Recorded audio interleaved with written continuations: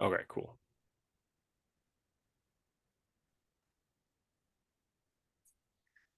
All right, so let's talk about some of the guests that we're gonna see at C2E2 at the end of March and who we're excited for.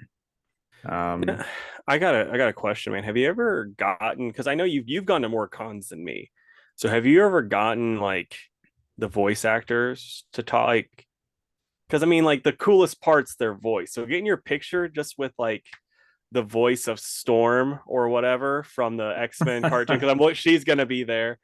And it's like that's not, people are like, oh, okay, cool.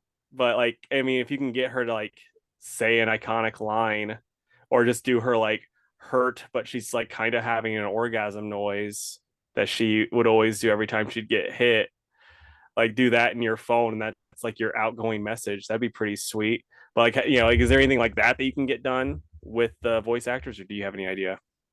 I think they'll do the voice stuff if you like go up for like an autograph Yeah. at the photo booth. No, because they're like, all right, everybody in and out. I don't know. Have you Yeah. done a con photo shoot before? Just at the All Monsters Attack, and like Okay.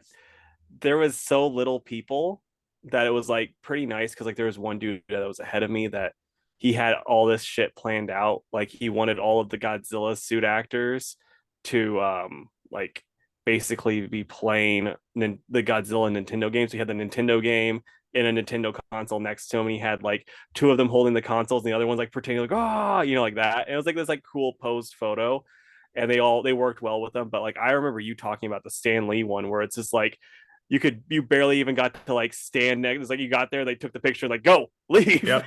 I mean that's and I've done it for Stan. I did Zachary Levi. I've done Sean Bean. And then I actually did do a voice actress once, Laura Bailey, who I have such a crush on. She's also part of Critical Role, which isn't just voice. I mean, you get to see them on that Mm-hmm. show, but that like I knew since I had already done a couple that I wasn't gonna get much like to say hardly anything. So as I'm walking up, I was just like, "Hi, I'm really excited to meet you." Like I absolutely love Shin Chan, which is a terrible show that I love dearly.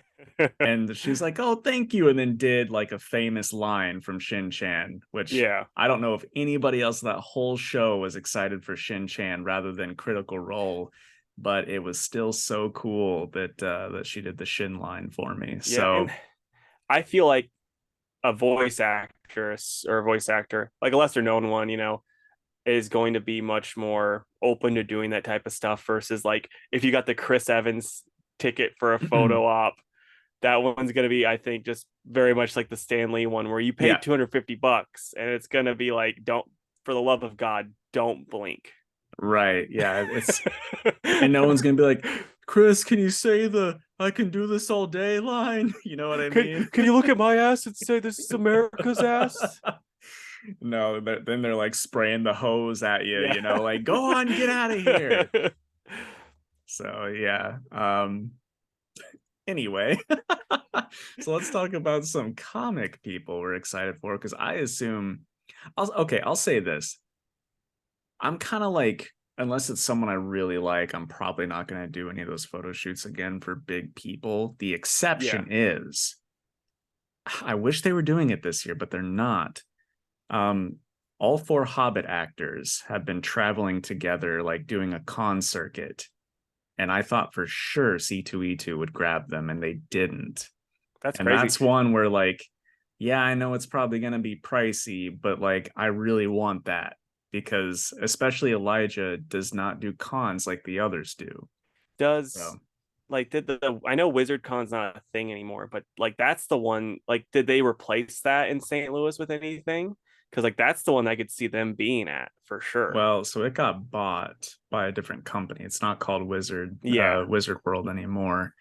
They did it for 1 year in St. Louis, and then they're like, okay, we're not doing St. Louis anymore. Mm, So, that which sucks. I mean, the show was not good. Yeah. It wasn't good at all. Like the vendors were terrible. They should have Um, got that. Like there's this comic shop. It's in the St. Louis area. Homegrown would have been pretty sweet. I think it's like comic like headquarters. I think they're on like Telegram Road, Telegraph Telegram, Road, maybe Telegram Telegram Avenue. Avenue. Yeah, uh-huh. But even then, dude, it's just like because we thought about setting up there once and they wanted $2,000. Like, dude, we're not gonna make that back.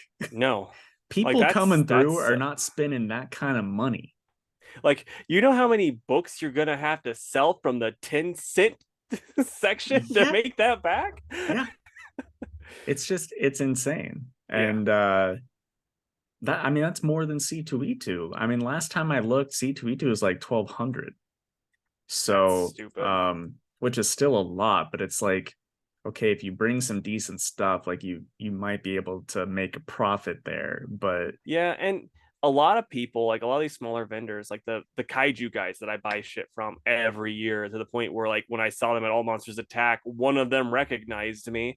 Uh, they they split it. Like it's two separate groups, it's just two separate guys, and they just split it. They have, their thing together, but it's like, oh, I want this one. Like, well, you can't talk to me. You got to talk to him for this one, that type of thing. right. So I mean, like, yeah, you can easily make that money back, especially if you're splitting it, type thing. Yeah, yeah, for sure. Um, but yeah, most of the time, I mean, people like I'm curious, some of those like high-end comic vendors at C2E2. I mean, the ones that bring like Detective, 24 and stuff like Mm-hmm. that. I mean, they sell one book, they're like set for 6 months, you know what I mean? But it's Right. like, do they? Do they at that show?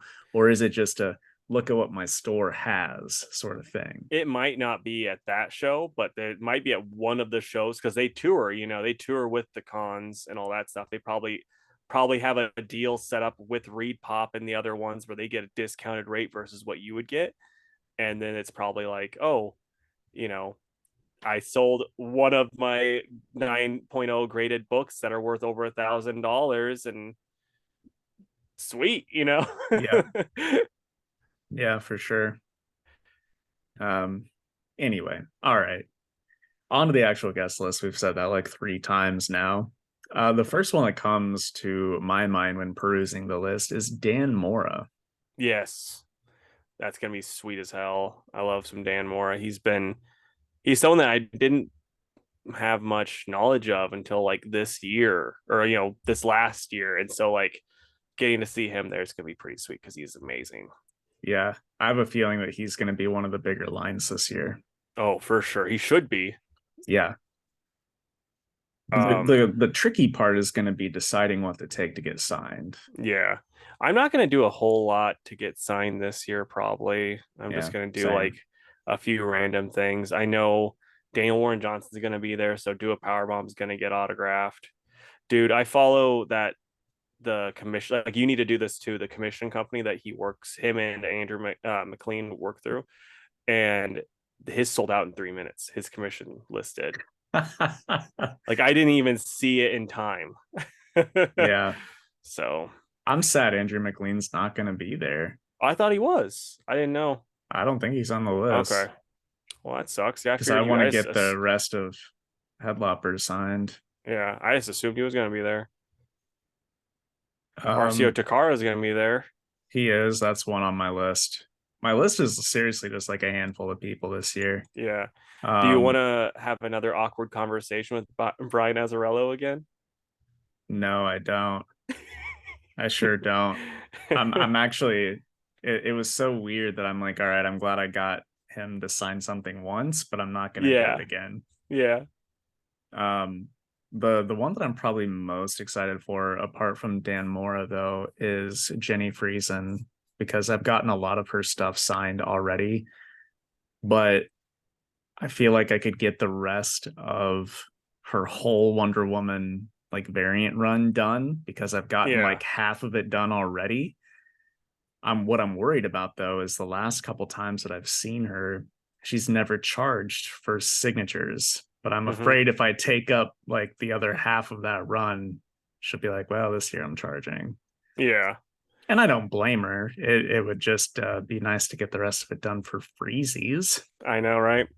Now, is there like I said, I haven't really looked at some of these like artists that I don't know anything about. I haven't looked at their art much yet, but is there any of them that because like I still want to do the Calabac girl. So do you like is there any that you've looked at and you're like, yeah, I could do a pretty, I'm not gonna lie, I want to do a cheap Calabac girl commission. Is there is there any that you're like, yeah, this would be an affordable Calabac girl that we could get on shirts for sure? I've not looked any of them up. Yeah, I I mean, it's haven't one of either those yet. things where, like, you know, we have plenty of time when we're there. We can find Yeah. somebody on Friday, just like going up and down the aisles. They'll be like, ooh, I like their style. Let's see what they're charging, sort of thing. Yeah, I mean, there's times where it's kind of helped out looking ahead of time for me personally, just because like that's how I found Ryan Lee's when he was doing that.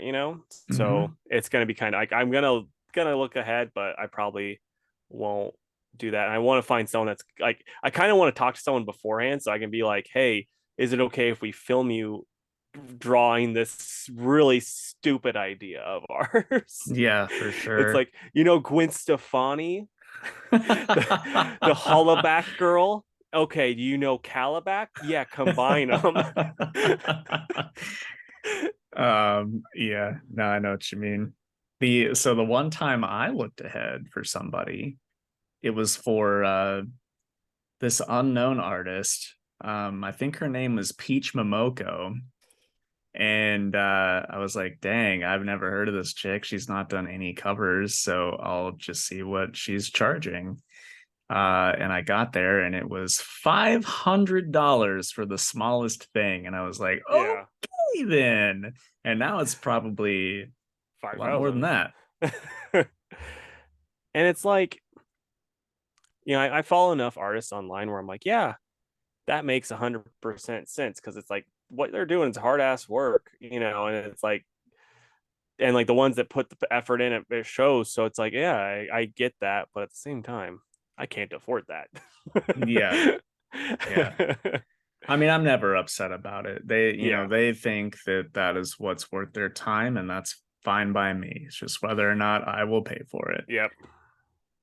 So Now, hypothetically though, because you love Peach Momoko, if like you just I had that. see. I don't think I love her as much as you think I do. Oh, okay. Well, because you always get her covers. That's why If it's a book I'm picking up, I gotcha. she's not one of like there's several artists that I will pick up a book that I have no interest in just because they're doing the Okay, art. She's not give one me of one them. because this is it's gonna lead into the question I'm gonna ask you. So give me one that you're like, yeah, this artist's always gonna get their covers. Okay, then like lyrics. Okay, so if they had one, if they were there and they're like $500 for a commission, and you have that wad of cash, would you do it? Yeah, Okay, that's what I was wondering. yeah. I mean, or like Rose Besh. Uh, I think she's like from the area, but I don't think she's going this year. But man, like both of them do such like pretty ladies that I'm just dying to do like a Shira or something. They're like, I'm just dying for them to do like a big beefy He-Man. Bane. Yeah, I know, right? It's like Um their women look good. I just want to see some meat though. see some meat. I have three potential characters that I would want to get done. And that's Shira, Magic, and Sonya. But it's just a matter of like, finding someone that's affordable. Yeah. So we'll see. Yeah, I'm thinking because I want to do, like I said, I want to get like find two different people to do Calabac girls. I want to see about Xander Cannon, the guy that did the one book I'm blanking on now, Kaiju Max. Kaiju Because I think Max. I think I think he would do such a goofy good job of that. And I'm gonna give him money either way because I'm gonna buy another one of his big ass omnibuses of that. So it's like, might as well ask him. But Yeah. but then like I want to get like a King Ghidorah commission done by someone because like I still want to do like I was telling you like the different artist commissions to get different tattoos of said kaiju on me. So we'll just, Yeah. I I think. I really can't wait for that to start happening for you because it's Yeah. gonna look sick. Because it's like, I mean, I don't know for sure if I'm going to do King Ghidorah because like part of me really just wants Andrew McLean to do that, and it's like if he's not going to be there, I don't know. But need someone. I want someone to do Gamera too because I just fucking love that big dumb fucking turtle. We all do. We all Yeah, love camera. yeah, he's so fucking cool. So this year, um, Tony Daniel is gonna be there again, and I did a pre-order commission from him, like our like Like second or second third year, year yeah. going. I had him do a Wonder Woman piece for my mom, but he wasn't in Artist Alley. He was over in the like um the signing space. Hmm. But now this is weird to say because it's not really true, but he's like not as big as he was then. You know what I mean? Yeah, So like he yeah. No, I it's don't true. know It's because kind of the like quality's not gone down. no, it's just kind of I think it's gone up because he's more choosy. Like there was times where some of his qualities had gone down because he was trying to do too much. And now he's working on one book and the quality stays the same because it's a creator owned book and he's allowed just to take breaks and catch up, you know? When he was like trying to write and draw at the same time and like work on two books, it was just like there was times where you're like, "Oof, bud, look at this panel and this panel and this, you know," and then like this splash page is nice, but look at all these other ones leading up Yeah, to it. So, but I think it's just because he's not working as much, you know, right. because like I have a feeling Scott Snyder's line won't be near as long as it used to be. Yeah, dude, when Court of Owls was happening, good lord, that was just I mean, Yeah, we would pass him in the hotel and he would just look dead yeah, no matter what time it was. yeah, But he's also such a fucking nice guy and would just yep, stop and talk to whoever would stop him. So yep, um but anyway, yeah, those that we just mentioned are the ones that I am most excited for. yeah. No, I'm pretty excited. I need to come up with a plan of attack one of these days soon, you know, so I just don't pay attention to it. Like that's usually how it goes. Yeah, I've started going through my stuff and pulling out potential books, and then I'll really like narrow those down in the Yeah. coming weeks. What are some things like books you're looking to buy while you're there outside of, you know, Thor's first appearance? I don't know, man. I don't know. I just don't think I'm gonna go as crazy as I have in past years. Like I'm always gonna look for like early Sonic stuff. Um, but other than that, like I've got my wish list on the app, so I'll just see what deals are happening because that's really I'll probably wait to buy stuff till Sunday when they start slashing prices because they don't I want to carry gotcha. it all back with them. Yeah. What about you? I mean, I got some Dark Horse Godzilla left. Like that's another person I'm excited about is Arthur Adams. He's gonna be there, and so I'm gonna get some Godzilla stuff autographed by him. But yeah, I got some Dark Horse stuff Godzilla I need to get that's left in the Dark Horse run, and then that's all complete. I'm not as concerned about the IDW stuff, but if I can find, you know, Half Century War, more of that, because I got that for $1 last time. And so if I can get the rest of that for $1, yeah, why not? Yeah, for sure. But yeah, that's those are the big things. Like it'd be neat to find Alpha Flight's first appearance. And then like there's some Godzilla figure related stuff that I'm interested in, but we'll talk about that when we're shooting videos, if we shoot any. Yeah, for sure. All right. Anything else? Yeah, man. You ready for the Mad Lib? Yeah, let's do it. All right. All right. So this week we've got Step It Up Part 3, The Ooh, Streets. Noun. Channing Tatum's balls. Okay. Because he's in Step It Up, right? Yes. Okay, good. It'd be really weird if you're just like, no, you weirdo. A verb. Um, fondling.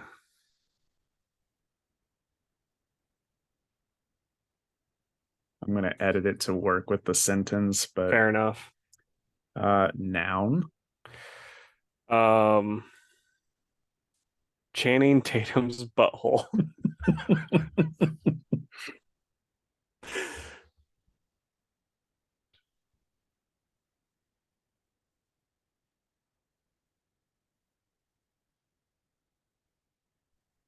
Adjective. Um,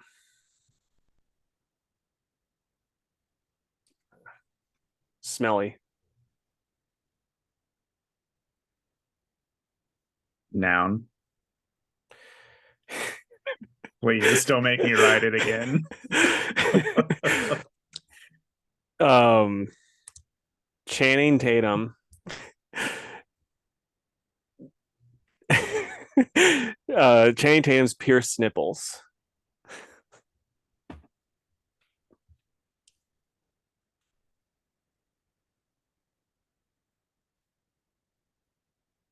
Adjective. Um, Bloody.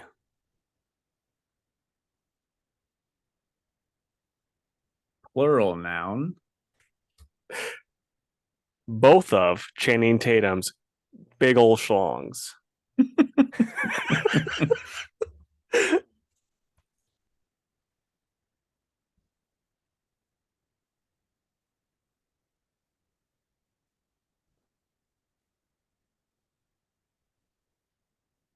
Plural noun.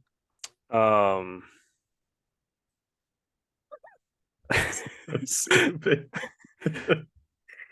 Channing Tatum's splooge or his semen. There you go.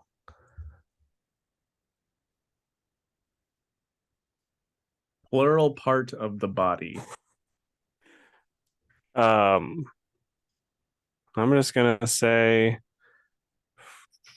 kneecaps. Not Channing Tatum's. This is anybody's. Of course. Why would they be Channing Tatum's? Yeah. A past tense verb. Boned.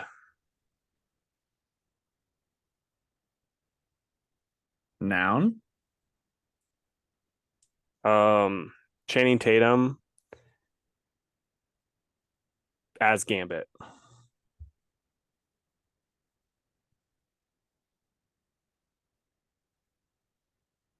Plural noun. Um,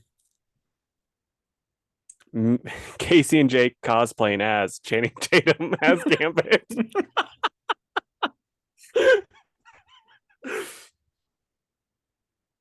This is gonna be fucking stupid as hell. Yep.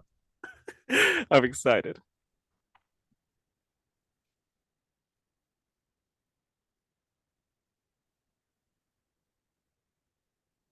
Adjective. Rancid. Past tense verb. Mm, killed.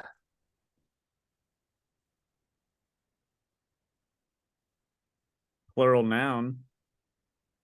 Um, like a pair of shoes.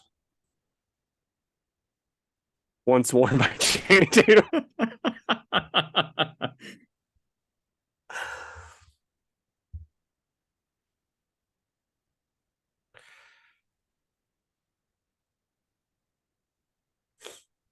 Verb. Uh, Magic tricks. That doesn't work. That's It's not a a verb. it's a verb. You don't magic trick something. Yeah, magic tricks are for kids. No, magic trick is a thing. Uh, magic tricking. No, I'm not. It's not working. No. Think something different. Uh, doing a flip.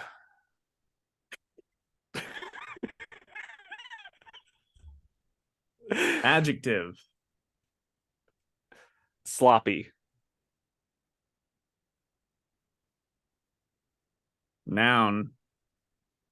Steaks. Just steaks. Yeah. No, because I said sloppy, so like there's I think you should leave where he's talking about he's like, yeah, I used to go to the bars and I don't like they I want a sloppy steak and you can't do sloppy steaks. They don't let you, but it's not illegal for them to let you have some water and some rare steaks and you just slop them up. Okay. So steaks. Yeah, Benjamin Babish actually did a how to make your own sloppy steaks. I love that show.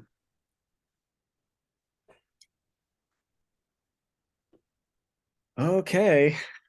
Are we ready for this? I don't know if I am.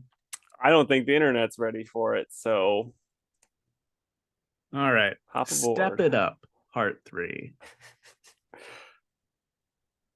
Sonic raced toward Channing Tatum's Ballside Island. He was running out of time to make Dr. Eggman fondle once and for all.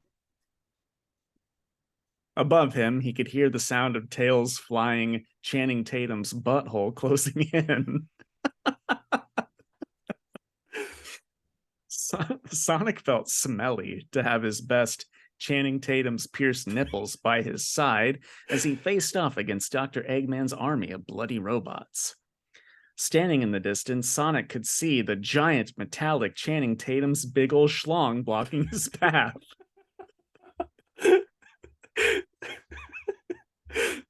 They had large bodies that looked like angry Channing Tatum seamen, with spiked kneecaps that smashed into the ground as they boned forward.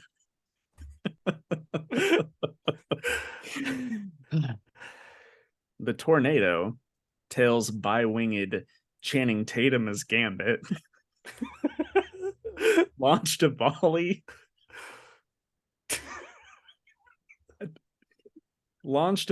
of Casey and Jake cosplaying Channing Tatum as Gambit at the robots. That's so dumb. The explosions confused the rancid robots, and they killed out of control, knocking their massive pair of shoes once worn by Channing Tatum into one another. Sonic used the distraction to quickly flip toward his target. He could see the sloppy Dr. Eggman and his command stakes in the distance. Nice. There you have it. When we get the book done, I want you to read it all, see if it makes one cohesive story. I will do that. And again, if anyone's listening that's like, I'm a really good animator and I like working for free, animate it up, please. Yeah. And if you're Channing Tatum and you want to come on, you'll have to do it without Jake because he fucking hates you. That's not true. I just think he looks like a potato head. And in all fairness, you love Vin Diesel, and he does look like a potato head too. He does. He absolutely does. Ooh, Mr. Potato Head movie starring Channing Tatum as Potato Head's son and Vin Diesel Voiced as Mr. Yes. and Mrs. Potato Head. No, live action. Okay, I'm still down. Oh gosh. Okay, what's up, everybody? It is Casey with Two Worlds Podcast, and with me, as always, it's the Bert. To my Ernie, it's Jake. Do you like that I made you Bert, the grumpy one? I mean, I'm the one that just like, I want to take a bath with my rubber ducky. You want to hop in? And then you're like, you're gonna get pruny. Like, you're responsible.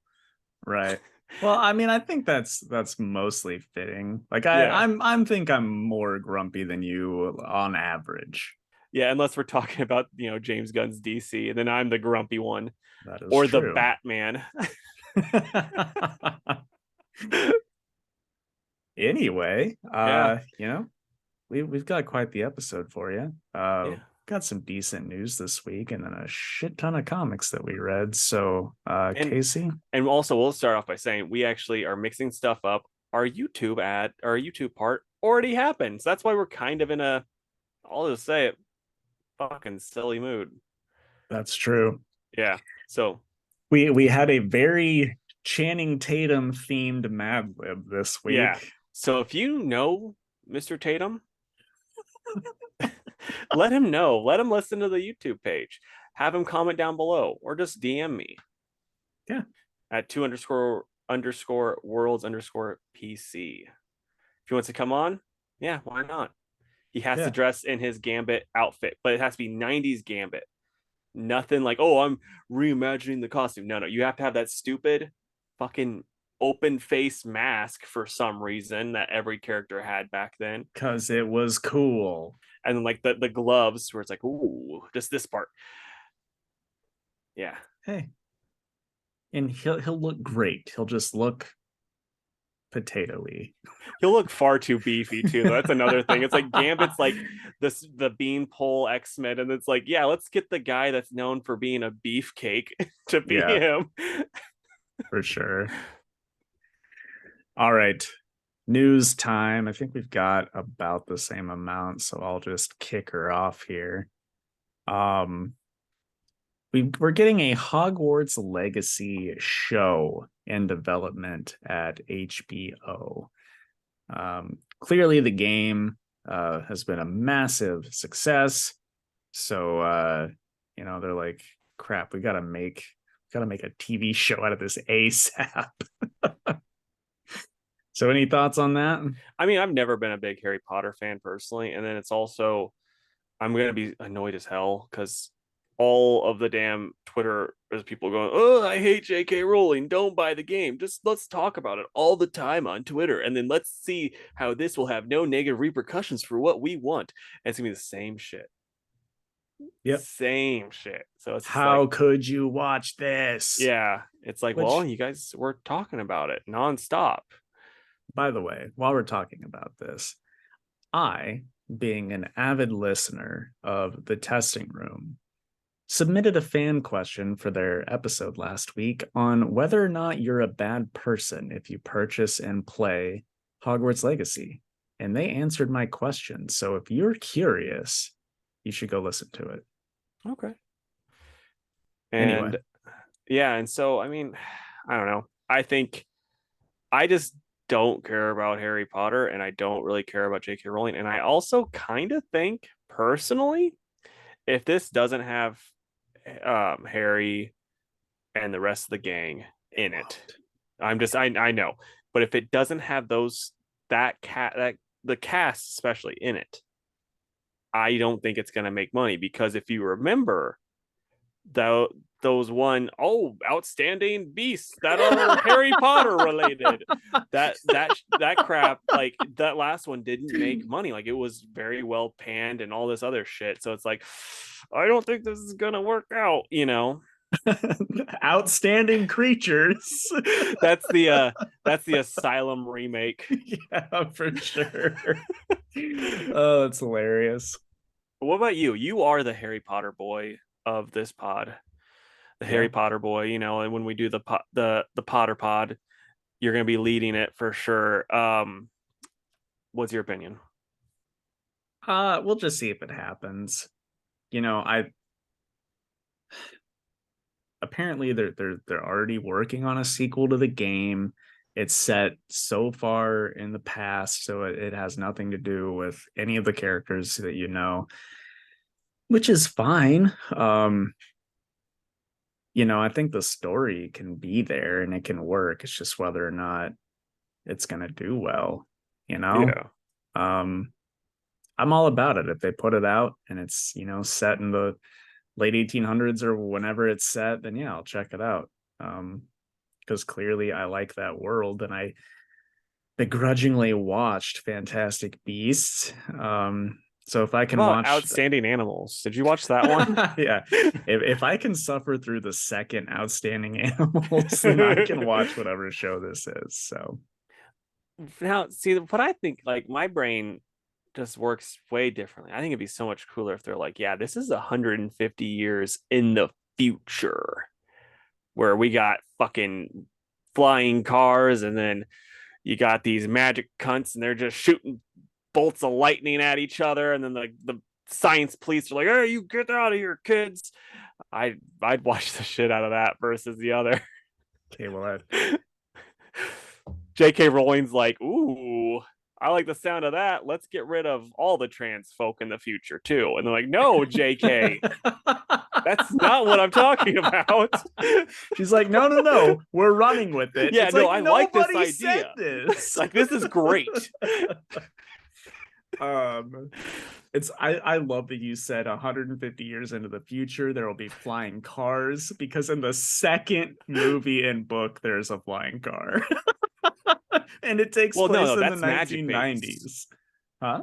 Well, no, it's because that's a magic based flying car. Then there's science based flying cars, and it's the science Oh, and magic wars. And then there's going to be one that's like, oh, I'm from the family of science, and then from the family of magic. We sound the same for some reason, and they fall in love, and then they both die. okay. Well, I'm gonna be real, dude. I'm probably not watching that one. Oh man, that's my directorial debut, and you're not going to watch it. If you're making it, then yes, I will. Okay, thank you. Okay, so while we're on things that you love and that they're making more of, but they shouldn't, there's a new Lord of the Rings movies in development at Warner Brothers. So my question to you is, could this be a good thing with as much universe as Tolkien has made, or is it just you going, no? It's hard to say right now because the show turned out well. Yeah. Um, but unless it's all done by like the same mind, it's not all gonna turn out well. Um, and even when it is the same mind, you get three Hobbit movies. So Yeah. which whatever. I mean, I like those movies. I don't think they're good, but I like them. I don't know, man. It just depends on what the subject matter is. But I mean, okay, since I'm not an expert by any means, but I did fall down that Wikipedia rabbit hole like a few months back about all the crap with Lord of the Rings. Like, there's a lot of shit out there. Mm-hmm.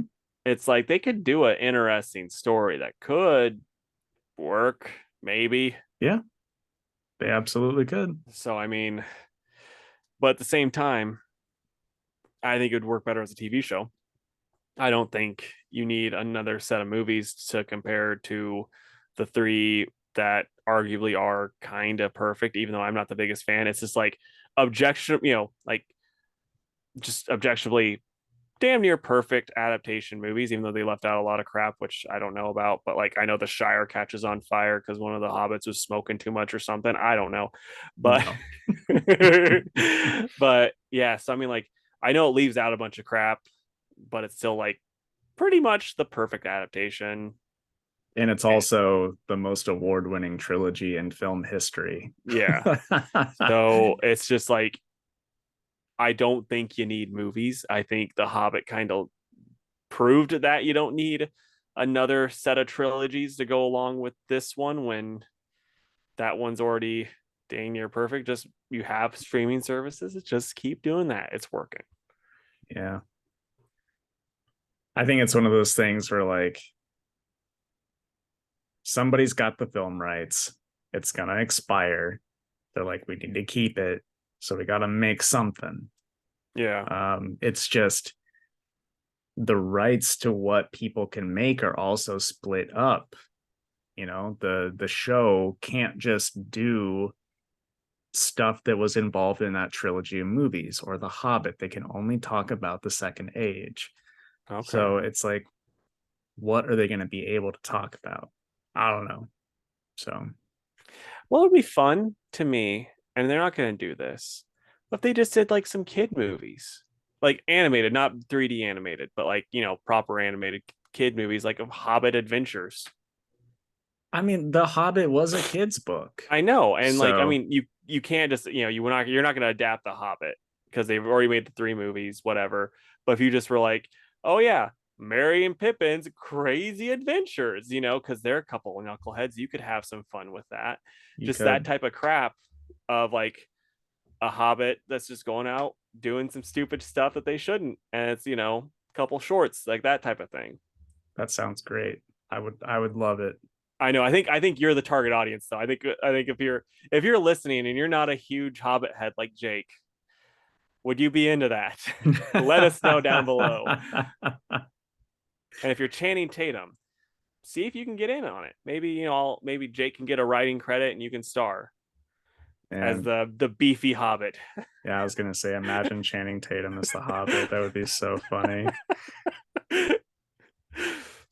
All right.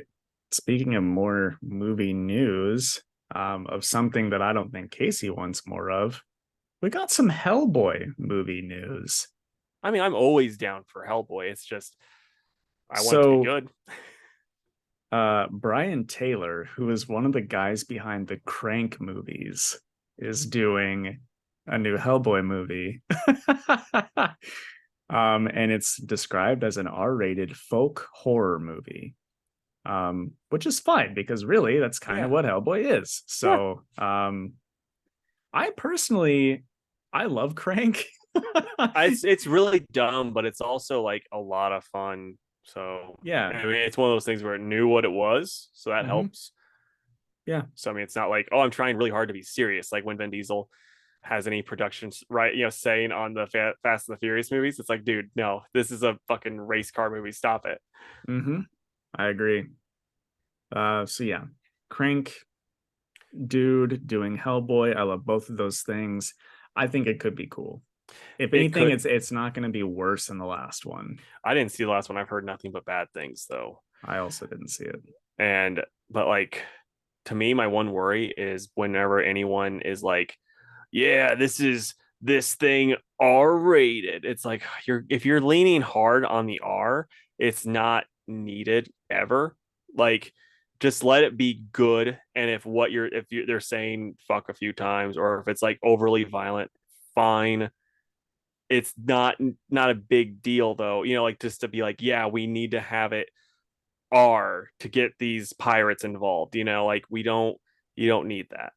I'm sure it's just going to be for a couple of fucks and then probably some blood. Yeah. And maybe demonic violence. Because I remember with Mm-hmm. Constantine, there's no reason for the first Constantine to really be overly R rated. But then it was like demonic violence was like the big thing. I'm like, oh, okay, fair enough. I never Yeah, thought about that as being a thing for that. for sure. Um, so Essex County, we got a trailer for that. I am super pumped for this. I love that book a lot. I don't think you've read it. It's the size of the Bible. I have it. I just have not Yeah, read it. it's very good. It's very tear jerky, and I'm very, very excited for it. Just gonna and I don't remember what streaming platform it's gonna be on, but it's like, oh, it's free to stream. So I'm like, oh, cool. I get to watch commercials. Which is one of your favorite things, let's be I honest. know. I know. I'm like, oh boy, is this tampon even more absorbent than the last one? Oh goodness. All right. Will you Continuing. check out Essex County though? Yeah, yeah, 100%. I like Jeff Lemire's quite a bit, honestly. I mean, really, there's only been one thing I wasn't super hot on that I read. So, and Green Arrow? this, yeah, and this is not going to be like his big two superhero stuff. So Yeah. it's his bread and butter sort of thing. Okay. Still more comic series getting adapted. That seems to be the trend of this last month. But Netflix will be adapting and then probably canceling after one season. Something is Killing the Children by James Tynan. Um, I think it's exciting. It's clearly one of like the hottest small press books. And yes, I still call, Image and Boom small press at this point. Uh, One of the biggest small press books of the last several years. I want James Tynan to make his money because that dude works really hard and writes a lot Mm-hmm. of books, and I want him to succeed. I just hope that he gets creative say in it, that it gets to be a good adaptation. I think that like I would be interested in watching it for sure, even though the spooky stuff's not really my thing. But uh I just hope that Netflix doesn't you can't let him start that big long crazy story and then axe it after a season. And I just don't want that to happen. Yeah, I mean, that's one of the things. It's like I've looked online. This is just off subject, but with Sweet Tooth, only had one season of that. I think it came out 2 years ago at this point, maybe three. And it's like it's supposedly it's not canceled, but because it hasn't been officially said, but it's like I don't know if it's coming back. Isn't someone like Robert Downey Jr. in that or something? He's producing it. I think he's supposed to be in it, but I don't remember him being in it. Oh, I okay. think it's like gonna be like a character later on or something. I got you. But Is this yeah, something you'd watch though? I'd check it out. I mean, it's one of those ones where it's like I still kick myself for just missing out on it, you Yeah, know? same. So And dude, like it was so bonkers when it first came out. And the fact that it's going to be on Netflix is going to make it so much worse. oh yeah. Which again, good for Tynan. He deserves it. Yeah. All right. So speaking of things canceled by Netflix, He-Man, the He-Man show that was supposed to be coming out for Netflix, it's been canceled. It looked like a little CG one, not the Kevin Smith one. Oh, I thought it was the Kevin Smith one. No, this was like a CG one that hadn't been out yet, that it's been in production. So, as the He-Man Beefy Man fan, are you disappointed, or are you now just hoping Channing Tatum gets cast in a live action He-Man movie? And you're asking the tough questions this week. I know this is the Tatum cast. It is. I don't really have thoughts one way or the other since I hadn't seen anything on it. Obviously I love He-Man, but I don't know. I haven't watched the Kevin Smith one because they're like, it's only half done, the other half's gonna come out. And it's like, well, I'd rather just watch all of it at once. So Yeah, a lot of people got in an uproar about that thing too. yeah, they did. But I talked to some like fans in the shop. And they're like, yeah, I don't know why everybody was so upset. It was actually pretty awesome. So who knows? Because they can be. Yeah, that is true. All right. So something Casey holds near and dear to his heart, James Gunn DC stuff. According to Gunn, Creature Commandos is almost completely casted. So buckle up, folks. Yeah, Creature Commandos are coming. boy, you know, the WB stock has shot up about 50 points after that. They're like, yes, finally. Yep. But here's the It's like, thing. I Wonder Who? Creature Commandos all day. aren't okay, but because Frankenstein's in it, aren't you even a little bit excited? I mean, I'm going to see it because Frankenstein's in it, but I was so like just uninterested in the Suicide Squad because it's just like, oh yeah, this is more Marvel shit, and it's the same type of stuff that I have a feeling it's going to be the same type of shit with this because Gunn has one way of writing. So I have a feeling it's not going to be good. At least not good to me. Sure. What about you? Are you excited for it? You're going to be like, yeah. I mean, I'll watch it. I wouldn't say I'm excited for it. Frankenstein's cool. GI Robot's cool. Who knows? Who Yeah. knows? So David Ayer released a never before seen image of Jared Leto's Joker. Did you see it? No, but I'm gonna look it up right All now. right. It looks really dumb. Like that Joker just Zack Snyder tried his best to make that Joker look good, and even that, like even when he was trying to make it look cool, it still looked dumb because that Jared Leto design was just so trash. Here, let's take a look at this. It's like, did you wonder how I Is got this my? it? Oh wow, that's not the one that I saw, but that's real bad. That's impressively bad. Huh. I wonder which one did you see then? I'll try to find it really quick because I saw it on Instagram. But yeah, no, I mean it's just that was such a bad. bad take on that character. Yeah. Well, I don't know why we're still like hearing stuff about this. It's like, I don't know. I feel like he's just really trying to get people to be like, no, bring back David Ayer. You know what I mean? Yeah, I mean, because David Ayers did say his movie, unlike Snyder, his movie was actually done.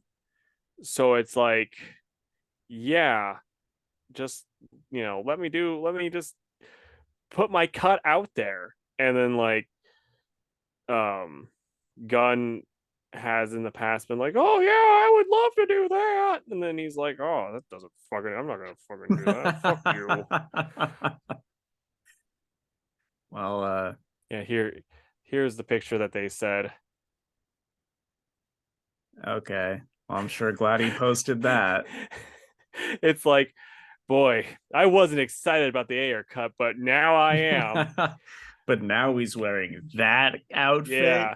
He looks like he's like ready to seat you at the worst restaurant ever. It's like, oh man, he's totally gonna spit in my food. I just know it. All right.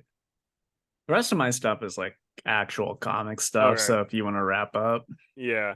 So Steven Yin has been cast in Thunderbolts. No one really knows for sure what he's gonna be. Some people are saying he's gonna be Norman. Maybe he's gonna be Norman Osborn, but it's like Norman Osborn doesn't exist in the MCU, you idiot. And then there's a lot of rumors are trying to say he's gonna play the Sentry, and it's like, I like Steven Yeun. I don't think he's a good fit for the Sentry because he is a small boy, and I don't think he can become beefy enough to be Sentry. And also, Sentry's gonna be such a hard character to do. I think they're gonna have to change him up a good bit to make it work because it's like Bob is still like a small, frail guy, kind of like the Bruce Banner, and then Sentry is a big beefcake. So maybe get like somebody, and then Channing Tatum be Sentry, you know? I was waiting for it. um, but no, so like it'd be hard to, even if like Steven Yeun's like, yeah, I shot all these scenes 2 years ago, and then I got on HGH and steroids and everything else, and I beefed up to Channing Tatum size, and now I'm Sentry for my other scenes. Like that's not gonna work, So like I think they're gonna have to do a lot of CG for Sentry if they do decide to use them. I don't know if they're gonna even try. They might even just change it up a whole bunch MCU style, who knows? But I just don't think there's enough beef on Steven to play Sentry, but who knows? Yeah. And then HBO Max has sold the streaming rights to Dead Boy Detectives to Netflix since James Gunn's like, I don't want to play with these characters anymore. Get them the fuck out of here. And so they sold the rights to Netflix, because it's going to fit more with Sandman anyway, even though, you know, like Gunn was trying to say, like, oh, I didn't have anything to do with the cancellation of Doom Patrol, but this one that's the spinoff of it, I said get that out of here. It doesn't fit with what I want. Something doesn't add up to me, but whatever. I'm not much of a math magician. Um, but then that's like got all these idiots in an uproar on Twitter, like, oh, let's if they could sell the rights to this, they could sell the rights to the Justice League so Zack Snyder can finish his trilogy, guys. And it's like that's not happening, you idiots. Dude, Stop it. I have never been so dedicated to anything in my life like these people are dedicated to the Snyderverse. It Dude, is the absolutely mind-boggling to me. only thing I'm as dedicated to is the Two Worlds podcast first. Yes. Okay, fair enough. Fair enough. And then my last bit of news. According to early test screenings, Aquaman is the worst DC movie yet, which is just impressive because, What? yeah. Really? Yeah. Do they say why? No, it was just like all they're saying is like the returns from the early test screenings, which it's like part of me thinks it's a lot of it's fatigue, if I'm being honest, because it's like Quantumania came out and it's like, yeah, like there's a lot of like nerd reports that are like, yeah, it's a fine movie. It's about as good as the average Marvel movie, but it's people are just fucking tired of it. So that's why I don't think the Gunverse is gonna fucking work. Yeah. But man, the worst DC, there's no way it's worse than Wonder Woman 84. I There's just no way. don't know. It it could be. Dude, but did you watch it? Yeah, I watched it. They have to try pretty hard to make it worse than that. I mean, here's the thing though. Unless Aquaman is doing a kick flip off of a No, fucking no, dolphin dorsal fin. that would be awesome. It's just Amber Heard like beating up someone that looks a lot like Johnny Depp for 2 hours. They're like, why is this what we're doing? And she's just like, pop, pop, pop, pop, pop. Oh my gosh. Like the first hour, I was like kind of into it, but by the second, I was just like, get me out of here. Dude. It's like, wait, who wrote this? Amber Heard. Oh shoot. So anyway, to wrap up the news, we've got some comic book news. What? I know. The first is that Eve Ewing will be relaunching Black Panther. What's his name? John Ridley? Yeah. His run is either coming to an end or has come to an end. So Ewing is taking over. She's taking the series or the character in a new direction, along with a new costume update, and it looks pretty cool. I mean, it's basically Black Panther, but with like a couple of leather straps and like a spear. um, but the premise is that he's a king without a crown who can't leave Wakanda, so he prowls the streets of a Wakandan city and does some street level stuff there. And I'm like, that already sounds better than whatever's been happening for the last 8 years. Yeah. No, that like So when you wrote that down, I'm like, I'm gonna have to check that out. yeah, sounds pretty neat. So Yeah. good luck to Eve and the creative team there. And then, okay, so there was like a,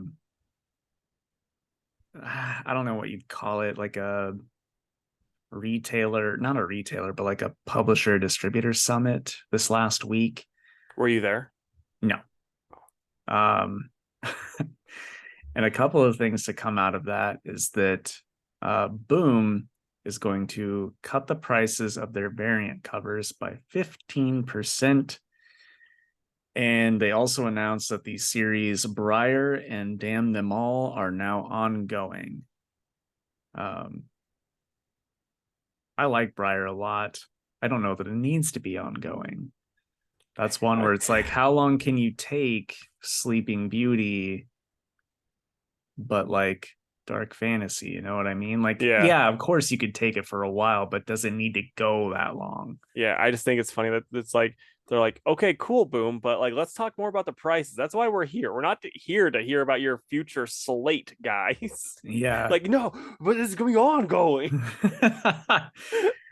I mean, it is pretty rare for Boom, I think, you know, apart Yeah. from like Something Is Killing the Children and all those spin-offs. But also, I don't know, this is gonna make me sound like such a twat, but like 15% is not enough to that is just enough for them to be like, but look, we're making it cheaper. But is it really that much cheaper that people are like, you know what? I will pick up that cover now. Because it's Yeah. going to be, I mean, okay, let's do some math because I am not good at math. But if all of books are those fancy papers, so let's say it's probably $4.99, right? Mm-hmm. That's 75 cents off. Okay. So, I mean, would that make you pick up a book that you wouldn't normally pick up because it's now 424 instead of 499. Probably not.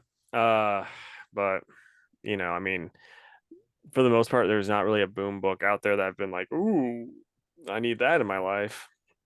Yeah. So I mean, it's whatever. I guess cheaper's cheaper. I shouldn't be complaining. But the reason was like, well, there's just like a lot of like small press stuff out there to choose from. And we realize that the market's kind of oversaturated. So we're doing this to ease. And it's like, okay, but it's not by that much. it's still like I'll say this though, it's still like better than whatever Marvel and DC are doing. Yeah. Yeah. I mean, I agree. We when we were, going to Midgard, it was still the whole drawing the line at That was 299. hilarious because they're like, we're drawing that line, and then they're like, we're moving this line up a bit. Okay, but they held on for a year, which is a Yeah, lot longer than we thought it was going to be. yeah. Um, but anyway, that's Man, I remember when I was a whatever. kid, I was getting comics for like I think $1.99, and I'm old. Dude, you saying that triggers me because every single old person that comes into the shop that is not going to buy anything, they're just like, so how much are these going for nowadays? Oh man, I remember when they were a nickel. I'm like, no, Yeah, they weren't. They were not a nickel when you were a kid. You might like there. maybe secondary market, but they were not a nickel. I do remember one time, and I didn't get this because like this is the Walden days, but there was like an anniversary issue of the Fantastic Four that came out, and they were like, oh, it's coming out at the price it came out originally. So I think it was like 25 cents, 50 cents, for a Fantastic Four book, and like I never saw it because again, those days. But I think it sold out pretty quick at the Walden. Yeah. But like Well, that's I mean, pretty it sweet. probably did everywhere, you Yeah. know, because when a book is 50 cents, then people are like, you know what, I will pick it up. Yep. Um, anyway, it's so annoying because everybody that comes in and tells me that thinks that they're the first person to tell me that. Like for the first time, I'm hearing the comic books weren't always 3.99. It's like, yeah, no shit, Yeah. no shit. What was the early price? Because I know you had the draw on the line at 2.99, but what was the earliest you remember, like the least you remember paying for a comic book? Because I think it was either for me $1.25 or $1.99. Oh man, I mean, I know I had some at the 199 price, but I mean all of my hand-me-down comics were like 70s issues of the Yeah. Legion. So, at that point it was like 75 cents or whatever. Um so yeah, I don't know. I mean, really when I was using my own money that I earned from a job to buy them, it was the 299. I gotcha. It was funny. Dad had like he pulled out some of those the big comics. The And treasury editions. yeah, and he's like, and I think they are like $1.99 or some shit. And like I was buying comics at that time, and he's like, you know how much I had to beg grandma and grandpa to give me money so I could get, like that much money to get one of these. And like that's just the regular comic price at that time. And now it's like, shit, I wish it were that price. I'd buy Yeah, so many right. more comics. All right. And then my last bit, uh, this was the news from Diamond. Absolutely shocking. But Diamond is going to cut their freight costs by 40% for retailers. That's pretty rad. It is. It's funny because there was like a poll among retailers on on how Diamond fared against the others in certain categories, and they were dead last in shipping costs and how they packaged their boxes. And I mean, it's terrible. There's just no Mm-hmm. protection at all in there. Um, so I guess I was talking to Mike about this, and Mike is taking full credit for this decision, by the way, because we had contacted them a while back, and we're like, "Look, we like how you invoice and stuff better than like Penguin Random House, but you guys charge way too much for shipping. And then bam, they come out and say they're cutting it by 40%. So Mike was like, I did it. But anyway, this one I'm excited for. I don't care about 15% off variant covers. I want the books that are going to come to me destroyed to be a little bit cheaper because Right? they're sure as hell not going to replace them. Yeah. Any thoughts from a consumer standpoint? I mean, that just means now you won't be charging us consumers so much, right? You're going to 40% off all the comics and all the toys and all of the pictures of you that you have set up that I look at. What are you talking about? That last one's about your OnlyFans. Oh man. So anyway, subscribe to my OnlyFans. I wish I was hot enough for an OnlyFans. Ugh, I know, right? Wouldn't that be the life? Hey, comment down below if you want us to have an OnlyFans. We'll accept Preston's gonna customs. comment for sure. He's like, you guys dress up like cats and bunnies, and it's gonna be awesome. Smashing his keyboard right now, typing that in. It's like, not funny, guys, but accurate. Oh, man. What'd you read this week? A hefty amount compared to last week. Nice. So I've got didn't take him out yet. No. Oh, dude, we're mixing it up this week. I'm sorry. It's okay. I forgive you. Thank you.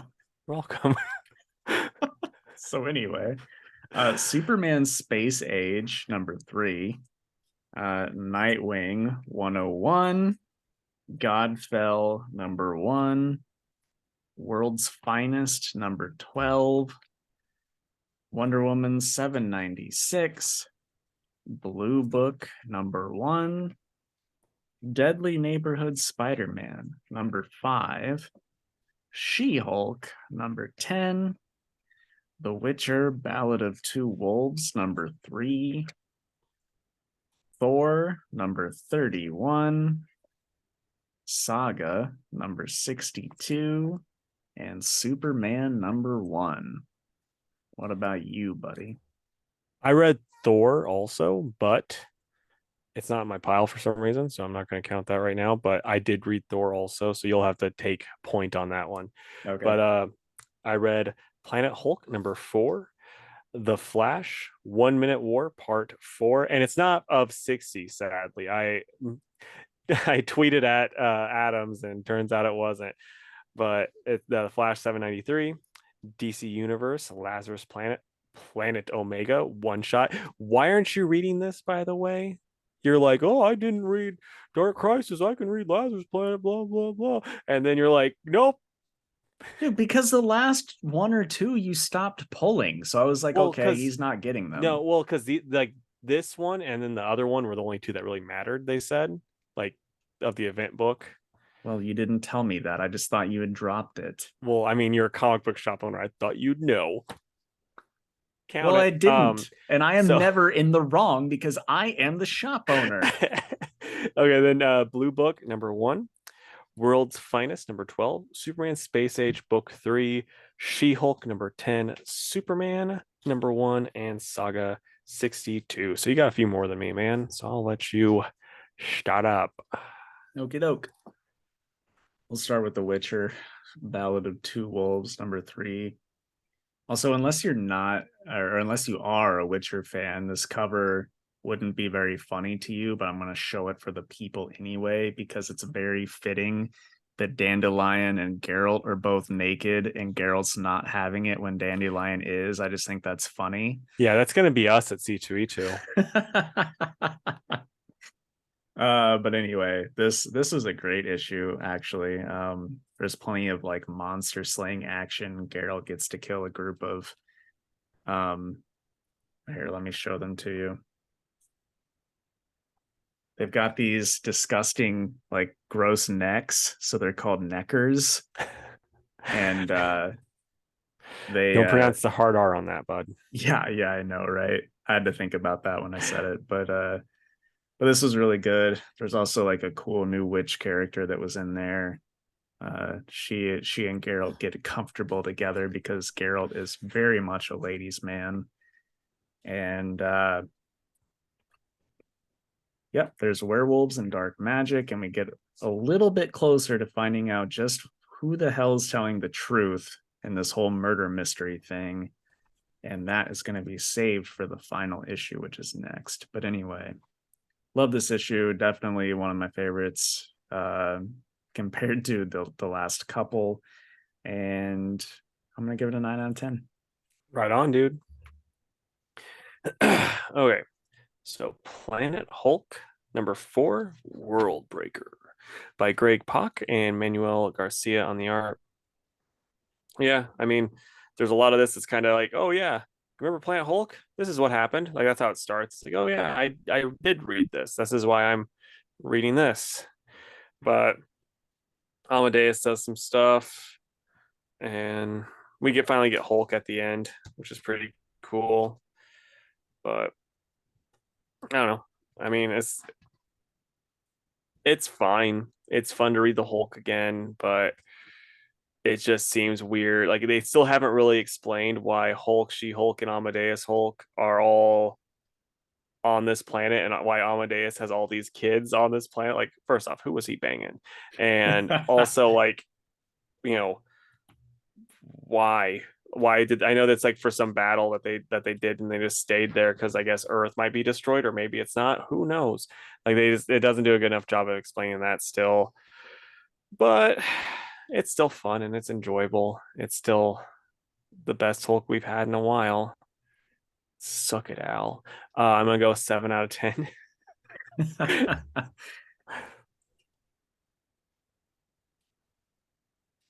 Okay. Deadly Neighborhood Spider-Man #5. It's by Taboo and B. Earl with art by Juan Ferreira. And this was a cool book. Art is insane. Juan Ferreira's art is just crazy. Mm-hmm. I'm sure it makes you miss Gotham by Midnight like it does me. But yeah, it's cool. There's Demon Bear action and a new spider character, which I know everybody was clawing for, but she actually looks pretty cool. She's Dream Spider. In all fairness, I don't think I think you have to try really hard to make a spider character look bad. Yeah, It's just such a like the new simple, Miles cool. Morales. Yeah. No, I agree. It is a very cool kind of simple design, but Dream Spider I think is neat, especially if they do like another mini series where Dream Spider is just in people's dreams trying to save them. It could be cool, but Get her and anyway, Dreamwalker together. yeah, I know, right? Little cross company. Or wait, not Dreamwalker. Who's the other one? The blank on 90s character that then like James Robinson used in his Fantastic Four run. He had like a hood, green dude, dream like he I'm gonna try to find out on Google really quick. Yeah, I'm not sure. But anyway, yeah. So this wraps up the mini series. Peter and Dream Spider are able to use the machine that they've been working on throughout the series to fix people's dreams and make everyone stop feeling so bad/crazy. And Peter decides that he's spent enough time away from New York and he's going to go back. So he says farewell to his friend Dream Spider. And yeah, I mean, it's kind of it. It doesn't sound like it wrapped up well for my explanation of it, but I did really like it quite a bit. It was a fun little mini series, and from what I've heard from many people at the store, it's way better than the current Amazing Spider-Man run. So That's too bad, maybe but Taboo and B understandable. Earl need to take over Amazing Spider-Man. Yeah. Okay, so the character's name that I was thinking of was Sleepwalker, and I'm gonna pull him up. Oh yeah, I know Sleepwalker. Yeah. Like I could He's not like think a of his cosmic character. Is he cosmic? Because I He know is next to now. nothing. Okay, because I I know don't know next if to he was nothing. then. I know like he had like his own '90s book for a hot minute, but Yep. The first one fetches you $15 if it's near oh mint. wow. I mean, I think I was about to say, I was like, I think you got some probably at the shop in those 25 cent, Well, they were there. bins, but The other issues are still there. yeah, there's the dreamy boy. Yep. Um, but yeah, anyway, I'm gonna give that issue a 9, and I think I'll give the series overall a 9 too. I think if anybody needs a break from the mainline Spider-Man series and just wants a fun, kind of weird adventure starring Peter and a new spider character, check it out. I want to buy you um that I don't know the name of the the Black Eyed Peas albums, but the one that has Let's Get It Started, I want to get you that on vinyl. So when you do your like listening to vinyl and reading comics, so like next time you have a taboo book, it's just starts like, let's get it started. Boy, that would be A uh, gift. a pretty big departure from the rest of my collection. I'll let you go again because I got, two more books before we go Muchies. So Okay. New cheese. All right. So Wonder Woman 796. That's written by Michael Conrad and Becky Cloonan, with art by Menke Nahuelpan. Very sorry about that pronunciation. With Jordi Belair on colors. This is a cool book. Um, Yara and Wonder Woman are still battling Eros, who's got the world under a love spell. Meanwhile, the best buddy cop duo of all time, Steve Trevor and Siggy, are trying to take down a Titan that's been resurrected. And that's pretty cool. Um, Cheetah and Etta Candy share a little smooch. So that was interesting. But then Etta's like, ew. yeah, Etta's like, hey, not cool, do not want. And Cheetah's like, oh, sorry, I got caught up in the moment. And meanwhile, Preston's like, God, I wish I were Etta Candy right now. I have a question. Is Cheetah married? I don't think so. Oh, because I was just assuming she's a cheetah. Boo. Yeah. Any Hoozle. Eros kind of takes over Wonder Woman's mind with one of his special Cupid arrows. Yara swoops in to save the day when all of a sudden Eros gets zapped out of the sky by lightning. And you find out that Zeus kind of stepped in because who else would be able to do that? But Thor. Hera gets, I know, right? Hera gets super pissed and she's like, how could you? I'm sick of you ruining all my plans. And he's like, damn it, woman, can you stop scheming? I'm sick of all your scheming. And then a knife comes from behind the throne and stabs Zeus and kills him. He's dead. And they're like, oh my gosh, who did it? Hera picks up his like tiara, puts it on her head, and she's like, I can't imagine a more perfect way to cement the alliance of the new Queen of Olympus with the great wizard Shazam. And he steps out and says, long live the queen. So Olympus is now ruled by Hera with help of Shazam. So we'll see what happens there. But it's pretty cool. I'm all about it. Shazam's got this cool lightning dagger that he used to stab and kill Zeus with. Yeah, it's a fun book. I liked it. Right on. I'd give it like a 8.5. Right on. Clooney and Conrad, they're becoming like basically the Casey and Jake of the comic book world, huh? Yeah, they are. Yeah, they're writing two really good books. Well, we do one and a quarter really good podcasts. Yeah, for real. Okay, so The Flash, 1 Minute War, Part 4 by Jeremy Adams and Roger Cruz on the art. And this is so much fun. They're just come up with a plan on how to stop this and figuring everything out. And like, it's so dumb, but in like the best ways possible. Like it reads like something that you could see in a dang Flash cartoon.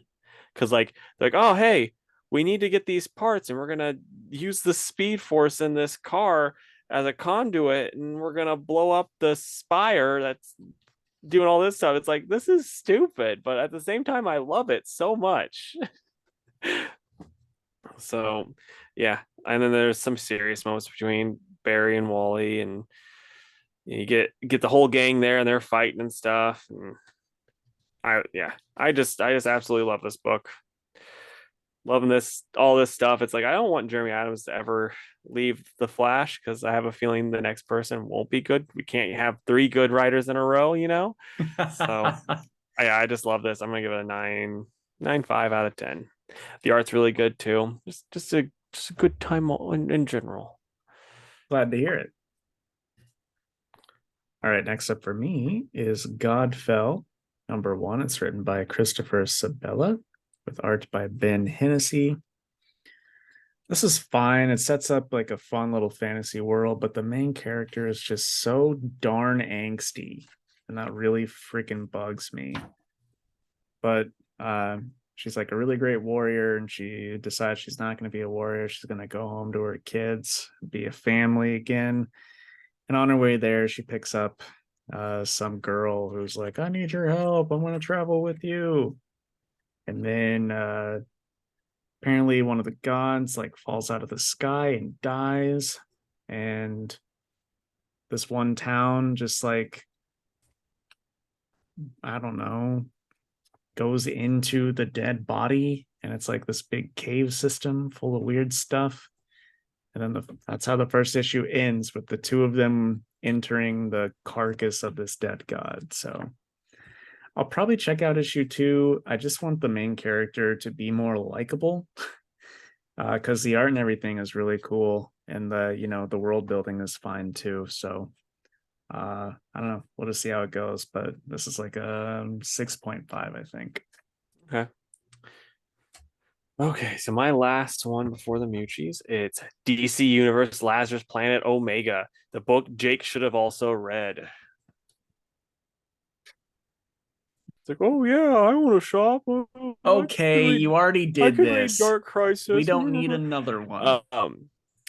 But this is by Mark Waid and Riccardo Federici. And first off, I'm not a fan of Riccardo Federici's art. I think it works really well in a non book setting, like if you're doing covers, but then like he does like faces get kind of lost. Like here's one where it's Robin just looking like a fucking nightmare, and then there's a flash in here that I remember seeing too, where he's like, "Oh, duh."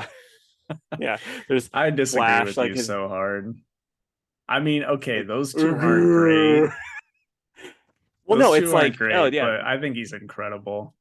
I think a lot of it comes down to the colors and the inking that helps him out a lot. Like I think it's a very good style, but it works better as far as your dang covers, because it's like we talk about Tony Daniel. It's like he's doing too much here for what he is, and it suffers throughout. And this book's pretty dumb. Like honestly, it's just pretty stupid. There's Wonder Girl going, maybe enjoying getting choked a little too much, according to this art. Oh, yeah. Like, ooh. Yeah, I Like think something just awoke in there. I hate when that happens. But yeah, so like everyone's powers switch, which is like, so Wonder Girl, I mean they get extra power. So Wonder Girl also gets a Green Lantern power, not the ring, just the power. And then That because makes reasons. sense. Yeah, because reasons. And then all the magic guys show up and they help fight this guy. And then Spectre is like, oh, I don't want you to, I can't kill you because you're too strong. And maybe you'll want to come back someday and we can use you again. So we'll just imprison you. Okay, bye, guys. And then they all leave. And yeah, I don't know. It's just wasn't something that I was too hot on. But just so you know, Jake, because I'm assuming you're gonna read Batman v Robin #6 or #5. Batman is still possessed, as you can tell, by this last page. He's smiling. And what is he? The Batman who laughs? He doesn't fucking smile. And then we get a backup story by Jean Lewin Yang with Billy Tan of Tan Comics on the art. And this is a Monkey Prince story that does more Monkey Prince stuff. And it's bad when the Monkey Prince story is the better story. Uh, yeah, this is just like not a good event. Like this has been very bad. Like this is a like I'm gonna say it's fine. I don't care much for the art. It doesn't work for me. It's just too. It's like there'll be one spot where you're like, holy crap, this looks amazing. And the next part you got Flash going, brrr, and it just doesn't work. Like you can't have that big of a difference, you know? It's like if you have Alex Ross draw one thing and then I draw the next page. It's like, holy crap. So yeah, and like the story itself is just pretty stupid. It just doesn't work as far as an event to me. Yeah, so I'm gonna go 4 out of 10, probably the lowest rating I've given a Mark Waid book since he came back to DC. That's true. Speaking of books with low ratings, you've got Nightwing 101. I'm just kidding. This is one of the best ones, honestly. So it's a 3.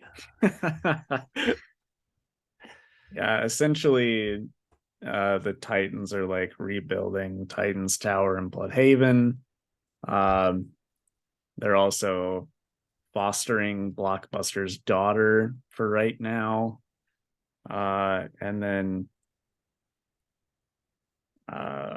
some demon in hell is stealing Dick's identity. And the issue ends with him cracking Dick over the back of the head and assuming his form, and I guess shenanigans will ensue. All Some because the demons demon wants. stealing dicks. Yeah, exactly. There's the title. Yeah, and then the backup is just Dick and John Kent stuff that I don't think is that great. The art's like really incredible though. Yeah, and that's it. So, yeah, totally fine for a book that's normally not fine. So maybe my standards are just too low at this point, but it's just like not much happened. It's just mostly set up. Yeah. So maybe that's what made it better than normal. So I'm gonna go with like a 5. I got you. How funny. To me it'd be hilarious, and I don't think they'll ever do this, but if like they had just an issue like full of like innuendo between John and Dick, like John would be like eating just cake. I can't think of like other things, but like the cake is the first that comes to my mind. Like if this is like stuff like that throughout, that'd be hilarious to Yeah, me. I agree. Okay, all right. What do you have left besides? Just the Muchies. Oh, cool. So, what order do you want to do them in? Since you got your Thor with you too, since I don't have that one. So I'll go. Let's do Thor, Bluebook, World's Finest, She-Hulk, Space Age, Saga, Superman. Okay. Okay. Lots All of right. good shit this time around, you know? Yeah, I agree. So Thor number 31. It's written by Torrin Groenbeck and Donnie Cates with art by Nick Klein. And we get the goats in this one, which is fun. We also get, I actually like these creatures quite a bit. The Val Raven. Yeah. They were pretty cool. Nick Klein's art is insane. Mhm. Like he's one of the best artists in comics right now. But anyway, Thor and Jane are just going through hell, trying to see what's happening to everybody. Meanwhile, Doom has Hela trapped for one of his spooky experiments. And we don't know what he's fully up to yet with that. We'll just have to see next time. And that was the end of the main story. Do you have anything that sticks out, Casey, about that? No, I do think this was probably my favorite of the Torn Grown Back since she's taken over. That's my favorite. This is my favorite issue so far of her run. It was really good. Um, yeah, I mean we get some Jane action, and then also all of the stuff with between Odin and how he was reacting because like he wasn't doing much in these prior Torn books, and now he finally is. So yeah, Yeah, he just whined a lot, which was kind of yeah. annoying. But I agree. I think it's also my favorite of hers since she has taken over, but I also liked the other ones. So that just says that this one was really good. And then we get a backup story by Cheryl Lynn Eaton and Criss Cross that I honestly thought was like pretty dumb. Like literally nothing happens in it. I didn't read it even. Yeah, you're not missing anything. But yeah, the backup brings it down a little bit, but I still think this was really solid. So I'm going to give it an 8.5. Yeah, I'm at an 8, and I am going to share our tweet of the week. So, Torn Groenbeck, she tweeted, I have 2 Marvel books out today, Thor 31 and Punisher War Journal Base. And people, listen, it's cool, right? Absurdly cool. Of all the things I've done in my life, I'm pretty sure writing Thor and Punisher is the only thing that would make 14-year-old Torrin nod approvingly. And then she posted another tweet right after, Torrin, 14, unimpressed and insufferable. It's her at 14, unimpressed and insufferable. That's hilarious. She definitely does not look impressed. Not at all. Good for her, though. I Yeah, mean, dang. She's writing Punisher and Thor like I'll say a year into her Marvel Comics career that I know of. So, pretty dope. yeah. Okay, so Bluebook #1 by Tynan and Michael Avon Oming on the art. Okay, dude, what was your initial thoughts on this? Oh, it sucked. Oh, you didn't like it? No. Oh, Dude, dude, this was a fucking bore. no, see, Dude, I loved it. the whole book is, will you just pull over and look at this? No, it's nothing. I don't want to. Will you just pull over and look at it? No, I don't want to. That's the whole fucking book, dude. Dude, so okay, as someone who listens and reads about these stories all the time, it's like, yeah, this is exactly what happened. And I know he's not really writing, like, it's not really like he's not taking much as far as creative licensing with this, because it's like, yeah, he's using these actual stories that, in quotes, are true. So it's just interesting. The thing I didn't like, it really is the art. That was the main thing that I'll say, because it's like you see like the weights like at the beginning part on the first page, they're paying, and then the waitress is like giving them this dirty ass look, Mm-hmm. and it's like, oh, because they're black, but you can't really tell they're black until like you kind of look at it a little bit closer, and like it also talks about them being black because the way the art's done. Yep. So that was like Like, that was man, my it's like, main. I sure do like volunteering for the NAACP. It's like, oh, okay, they're black. Yeah, You cannot tell. yeah. So it's like that, but yeah, no, I love the main story. The secondary story, I was like, I thought it was a little bit, uninteresting. You But couldn't have fucking paid me to read the backup after getting through the main story. so yeah, I have a feeling we're gonna have very different ratings on this one. Yep. I'm at a 7.5. 2. That's funny. It sucked. All right. Moving right along. By the way, genuinely glad that you enjoyed it. I'm gonna keep reading it. I mean, like the only downside is I don't like paying $5 for a friggin' book.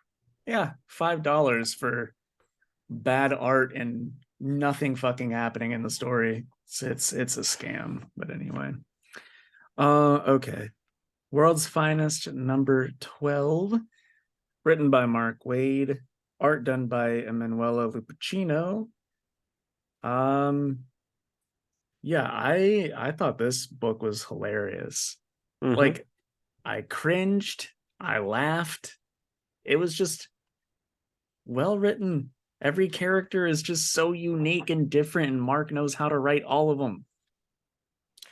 The one thing though is like I just have a hard time buying Dick Grayson being this bad with girls. I because I always picture him even being like, oh, I'm the little carny guy, just flirting with everybody. And then and then now he's like, I don't know what to do. I'm just gonna be like the biggest idiot on the planet. And then like a year later, banging Starfire and Barbara at the same time. Yep. And see, until he was like drawing Nightwing, I thought it was Tim or something. Like I don't know why I didn't think that it was Dick in this book. It's always been Dick in this book, you I goof. know, but this issue, for some reason, it just Yeah. didn't feel like it. Well, because yeah, this is like this is what they mentioned, like I think in issue like what 3 or something when Supergirl first showed up, and then they're like, "Oh, you guys still awkward after your date?" Yeah. But dude, like I know he wrote it like this on purpose, but the parts where Dick is just dropping the ball, I'm like, dude, you are blowing it with Supergirl. Like, come Yeah, on. But anyway, it was great. I liked it a lot. yeah, I know I did too.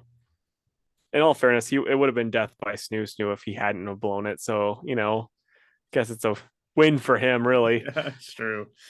But the funniest part to me, it's the fucking truck full of bowling balls. Because this truck, like the monkey jumps in front of the truck, and it's just like this big thing of bowling balls, and they're like, it's like, who drives around with a truck full of bowling balls? Truck drivers delivering them to stores. Did you think the stork brings them? Yeah, there was a lot of good humor there. And I also got a pretty good chuckle at does Talia have a sister? Yeah, But also Dick being like, you dressed me in red and yellow. yeah, Good stuff. Yeah, I'm at like a 9 for this. yeah. No, same exact score, man. This time we should have had the Hour Man, Hour Watch special. Just Yeah, thinking about it. I agree. Okay, but She-Hulk, number 10 by Rainbow Rowell and Takeshi Miyazawa on the art, and it's real good. What'd you think? Yeah, I loved it. Finally we got Jack is back in the picture. So you know, I like how what's her name? Patsy is written here. Yep. I wish that So she were in the book more. yeah, same. The only bummer is that she's with Iron Man.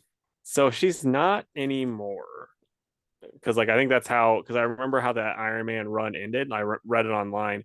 It's like very much because I guess she was not written very likable in that series, and like it ends very much with Tony skating away, happy that he is no longer with her.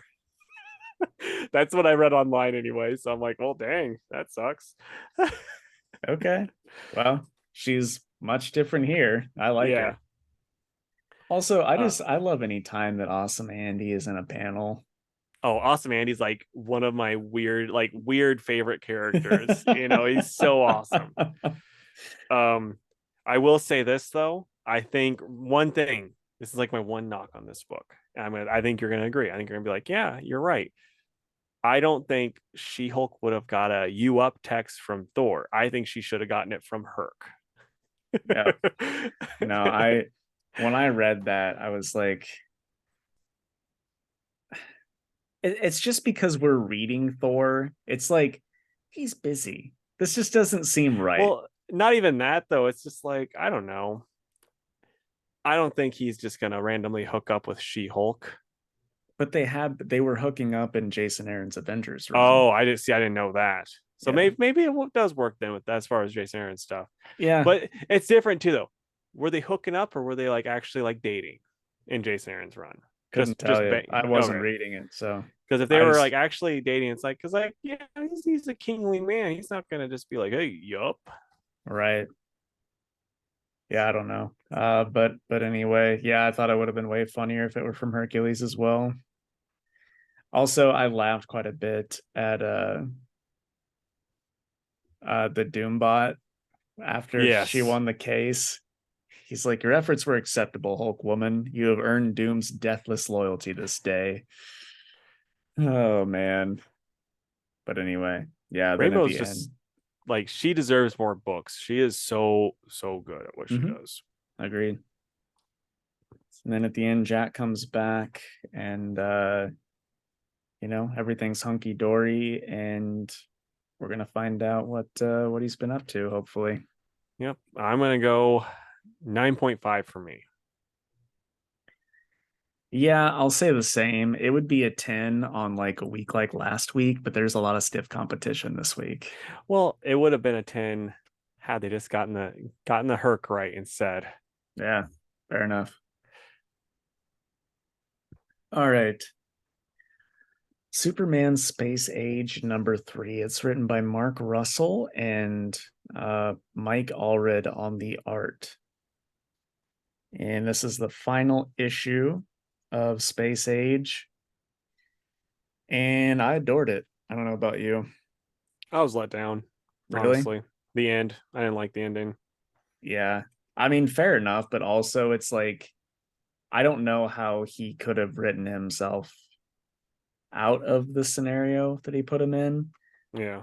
But I think what happens at the end just made Luther such a fucking sleazeball that Oh it was yeah. hilarious. Like I was Yeah. laughing. Like the way he writes Lex in this series is just genius. Oh, it is. No, he does a great job with that. Like Mark Russell, he is a good writer. It's just I just didn't care much for how he ended things. And I didn't like how like the whole Joker, the way he did Joker, really. I didn't care much for that. Um, but no, there's a lot to love about it. Like Allred's art for the most part is outstanding in this. I'm not gonna lie, I never really thought that I wanted Michael Allred to do Swamp Thing, but holy crap, I love his Swamp Thing so much. Mm-hmm. And And all the JSA members. oh yeah, what did you think of him choosing old like Dr. Fate, like half helmet Fate? I mean that's 40s fate right there, baby. Yeah. It was an interesting choice. But I Well, I also want think to. that fits his style more. Yeah. Well, I want to know is with John Kent. So he's got his corn, like, because they call it just regular old corn that he's shucking by hand. He has a combine. He does not need to be shucking it by hand. If it's sweet corn, then it makes sense that he's got in buckets and he's shucking it by hand. But they never once say it's sweet corn. They just say, it's you gotta shuck your corn. And it's like, that's not what you do. That's not how you do that, Mark Russell. You just run it through clearly, the machine. clearly, Mark is not a farmer. Yeah. But hey, if Mark, if you're listening to this and you want to go hang out on a farm for, $50 a day, you can come and hang out on the farm with me. Oh boy, what a deal. Right? I also got a pretty good kick. It was during one of the Batman sequences where a bunch of Riddler goons are just smacking the Batmobile with bats. And one says, Right. you like bats? Here's your bats. And then Batman just swoops out of the air and kicks all their asses. It reminded me of like an Arkham City like interaction with Yeah. with some goons. It was just super funny. All right, well, what would you rate this book and the series as a whole? Probably a 7 and then 8.5 for the series as a whole. The other two issues were so gosh darn good. This one just kind of ended flat for me. Sure. I'm at an 8.5 on this book, but a 9 overall. I really liked it. Also, this Uh, variant cover is just great yeah. because Superman absolutely would do a photo booth with some kid wearing a Superman t-shirt. Mm-hmm. Okay, next up, it's Saga issue 62 by Fiona Staples and Brian K. Vaughan. We get flashback from, the 3 years we weren't getting Saga to see what happened after Marco died. And it's really good. And they're going to try Hazel's going to try bringing Marco back the way, like, stuff that happened, really good. Like, one thing that I didn't understand, I want to hear your opinion on it since you know more about shooting things than me. So the part when the assassin shows up, he's got his gun, and then the lady stabs him, and she's got him pinned. And like you look in the thing, the gun goes, like boom, and then the gun goes off, and then it should like her face is blown off. Then Yeah, I don't know. he would have to be holding it at a very weird Yeah, angle so for like that to be happening. like it, I guess it just looks cooler than having her like stomach bleeding, which they do like 90% of the time. But that part, like, I reread it like 3 times. Like, am I missing something? Because it didn't quite work. But that's the only thing I really didn't have an issue with that, and it felt like it was only 3 pages because it's so good. Yeah. Like it was 3 years. We got one or two issues, and they took a couple months off again, and now we're back. Like the assassin thing, I'm just like, oh yeah, that's happening, but like what's going on there? You know what I mean? Like Yeah, it's no, you're right. hurting. It's hurting. It is. Um, which is a shame because obviously we love Saga more than most things, but it's like there's got to be consistency because yeah, we know these characters, but we don't know them like we, Yeah, love Marco and Alana and Hazel. So it's right. like I don't know, we just need a little more consistency, but the book is great as always. I will say I think this one is one of the weaker in the series. Like Fair yeah, enough. it's a But it's fine still, book, but it's more than fine. It's just some of the things that they hit on. I don't know. It just didn't hit like normally an issue of Saga ends on a cliffhanger that like you gasp. I didn't get that with this one. yeah. But I still really liked it. I mean, it's still a 9 for me. I thought it was still a good, solid issue. And I'm excited to wait 2 more years for the next issue. Yeah. I'm gonna go an 8, which is maybe the lowest grade I've ever given a Saga book. All right, and our final one, Oh, what was your pick of the week, man? this next one. Me too. I'm so glad that you liked it. So we've got Superman #1 by Joshua Williamson and is it Jamal Campbell? Yeah, pretty Yeah, sure. Jamal Campbell. This book was so fucking good. Look at this splash page. Like, Yeah, yeah, Williamson posted this already online, like before the book came out, but so cool. yeah. Gosh, yeah, and all of it looks that good. Like Jamal Campbell is an insane artist. I like when we first see Lois because as she's just Yeah, there. You can feel the power on the page.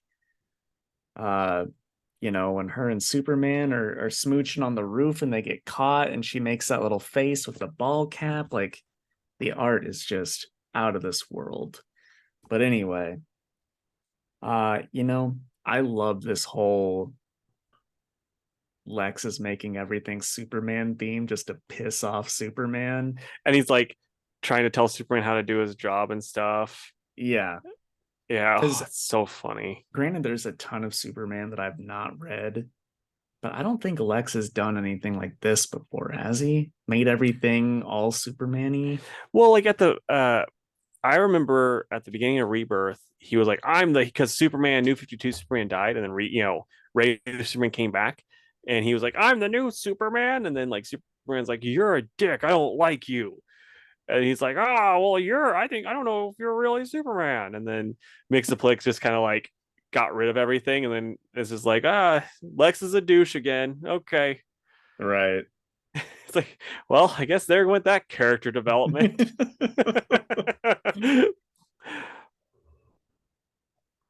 Yeah, but anything that you want to touch on that I haven't said?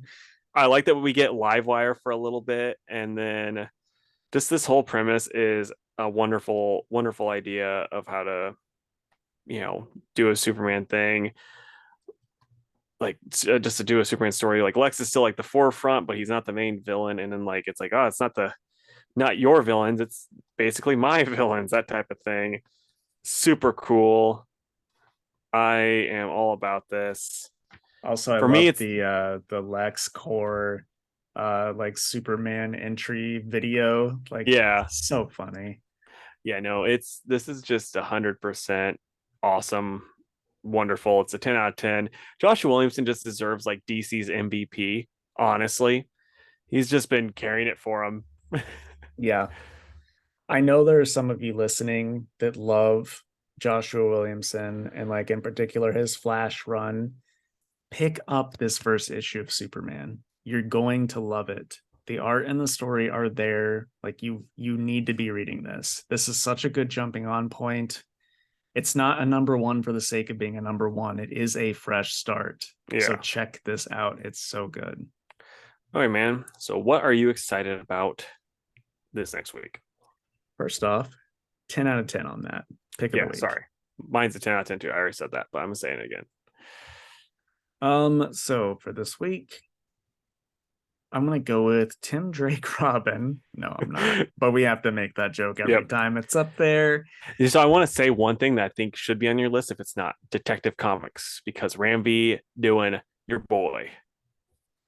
My boy. Isn't it? Isn't he doing old Tin Eyed Boy, Tin Eyed Man? Oh yeah, you're right. You're right. That is this one.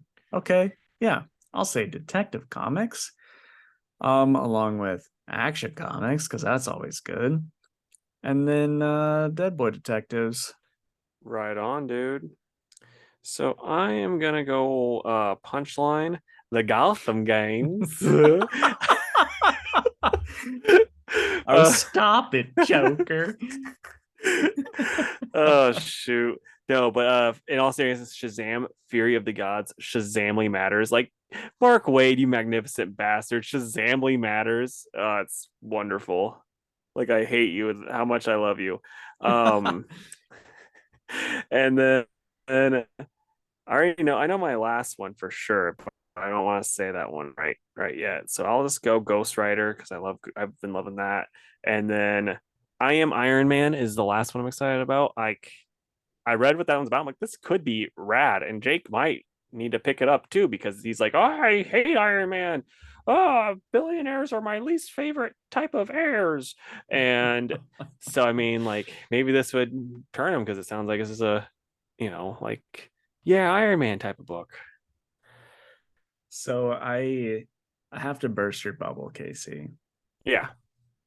That Shazam book is not the new Mark Wade book. Oh, it's not. Oh, No. is that the Zachary Levi one? Yeah, it's like I the gotcha. movie prequel one. Well, I'm very much less excited for it.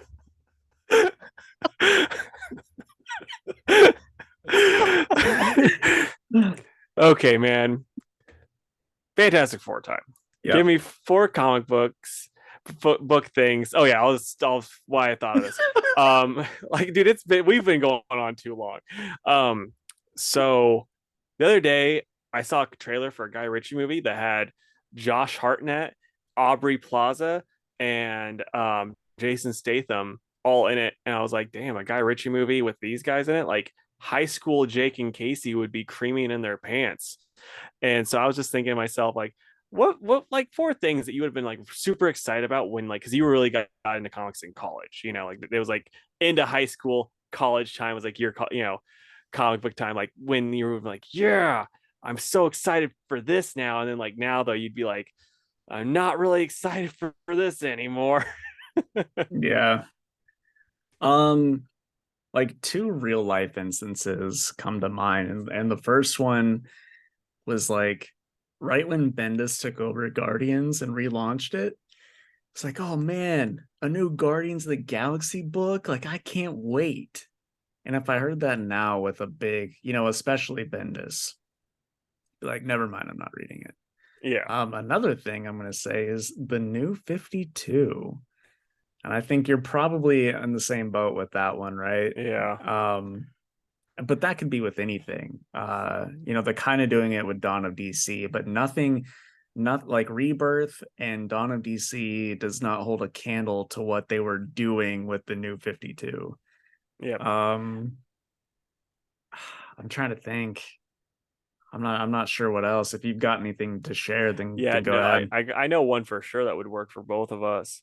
A new Deadpool book? Yes, that is very true. Very true.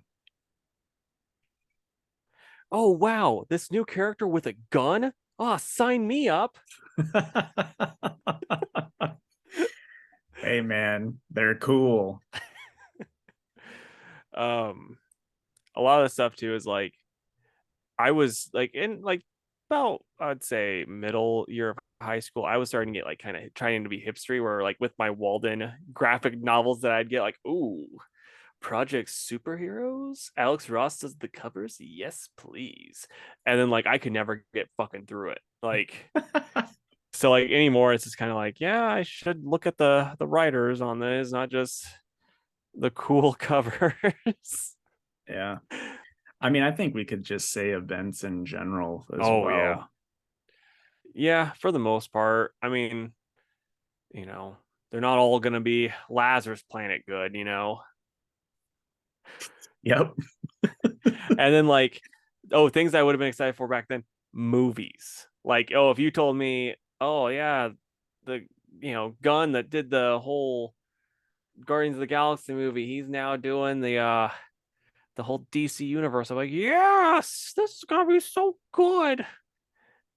Now I'm just like, oh Lord. Now you're just preparing to wipe all that egg off your face whenever you love Oh it man, all. I'm prepared to turn the frying pan on, put my face on it, get my egg nice and cooked and eat it. Um, but no, I have a feeling it's just not going to work. I keep saying that too. I want to be wrong, but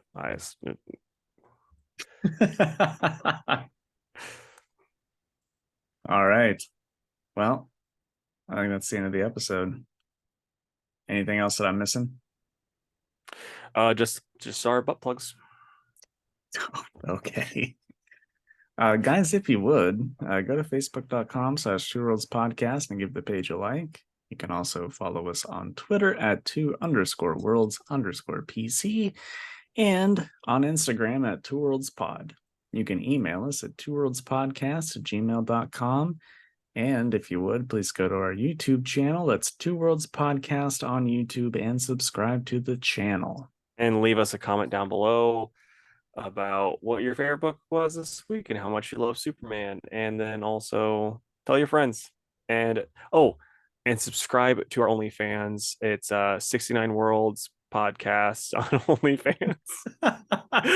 But we'd love to stay in chat. But I finally talked old Bird into hopping in my bathtub with me and my rubber duckies. So time for some bubbles. Bye, guys. Bye.